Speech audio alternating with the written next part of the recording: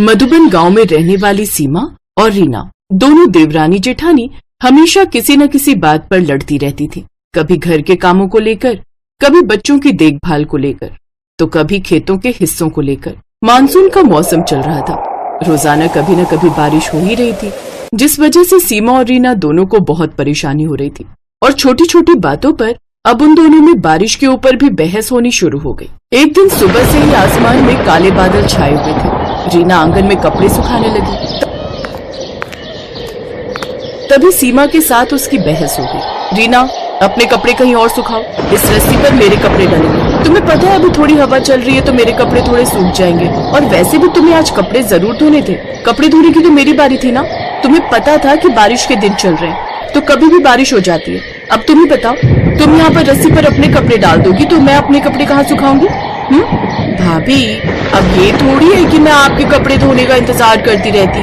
आप सुबह से तो कपड़े धो नहीं रही थी, अब मैंने धो लिए है तो आपको कपड़े रस्सी पर डालने। ये बहुत गलत बात है भाभी।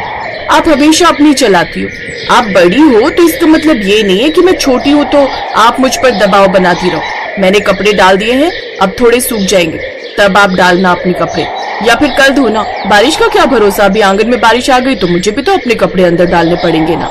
मैं तो उठाकर फेंक दूंगी, मुझे कुछ नहीं पता। रस्सी पर तो मेरे ही कपड़े डलेंगे।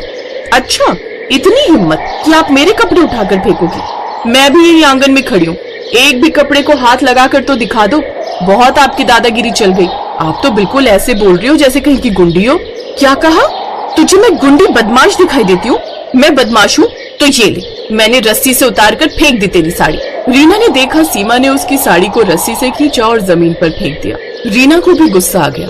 वो कमरे में गई और सीमा की धुली हुई साड़ियां लाकर उसने आंगन में फेंक दी। फिर क्या था, दोनों देवरानी जेठानी ने एक दूसरे के बाल पकड़कर नोचने शुरू कर दिए और बात हाथापाई पर आ गई। तभी उनकी सास लीलावती, जो मंदिर गई हुई थी, वो तुरंत दौड़कर आई और दोनों बहुओं का बीच बचाव किया। अरे पागल हो क्या, तुम दोनों एक दूसरे को मार ही डालोगी क्या? अब तुम दोनों बाल बच्चों वाली हो गई हो। इस तरह से कौन लड़ता है? मैं कुछ देर के लिए घर से बाहर क्या गई, तुम दोनों तो लड़ने पर आ गई।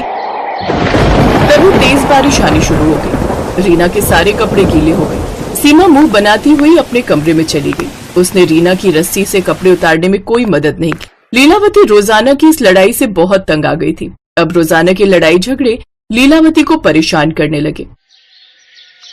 उसने अपने बेटों रमेश और नरेश को बुलाया और इस बारे में बात की।